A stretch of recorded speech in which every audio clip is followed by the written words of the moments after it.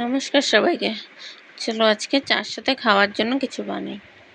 তো কি বানাবো সেটা ভাবতে ভাবতে বিস্কুটই বানিয়ে নিলাম। তো বিস্কুটটা বানানোর জন্য তো আমি এটা আটা দিয়েই বানিয়েছি, যাতে কোনো রকম ক্ষতি না হয়। তোমরা ময়দা দিয়েও করতে পারো।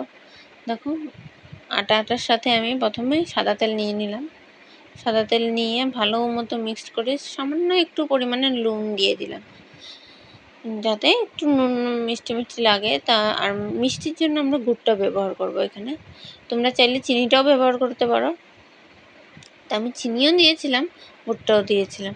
তো ভালো মতো ডোটা মেখে ½ জন্য আমরা ঢেকে রেখে দেবো। ঢেকে রাখার পর আমরা সেটাকে তুলে নিয়ে আরেকটু ভালো মতো ময়াম দিয়ে নেব, যাতে ভালো মতন সফট হয়ে যায়।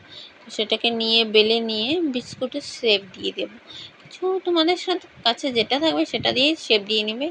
দিয়ে এখানে আমরা সাজানোর জন্য কিছু বাদাম নিয়ে নিলাম, যেখানে কাজু নিয়ে নিলাম। কাজুও ছিল, আমন্ডও ছিল, মিডিলে কোনোটাতে কাজু ছিল, কোনোটাতে আমন্ড ছিল।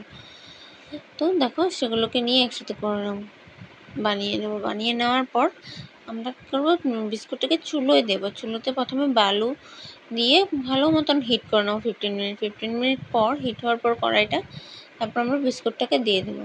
বিস্কুটটাকে দিয়ে ½ মতো বিস্কুটটাকে জাল করব। মিডিয়াম লোতেই করবে। মিডিয়াম লোতে করার পরে দেখো, আমাদের বিস্কুটটা এত সুন্দরভাবে কুকড হয়েছে আর খেতেও এত টেস্টি হয়েছে যে কী বলবো। আমার তো খেয়ে খুবই ভালো লাগলো। তোমরাও ট্রাই করতে পারো। যারা সুগার আছে যাদের, তারা তো অবভিয়াসলি খেতে পারো, কোনো প্রবলেম হবে না। দেখো কি সুন্দর হয়েছে।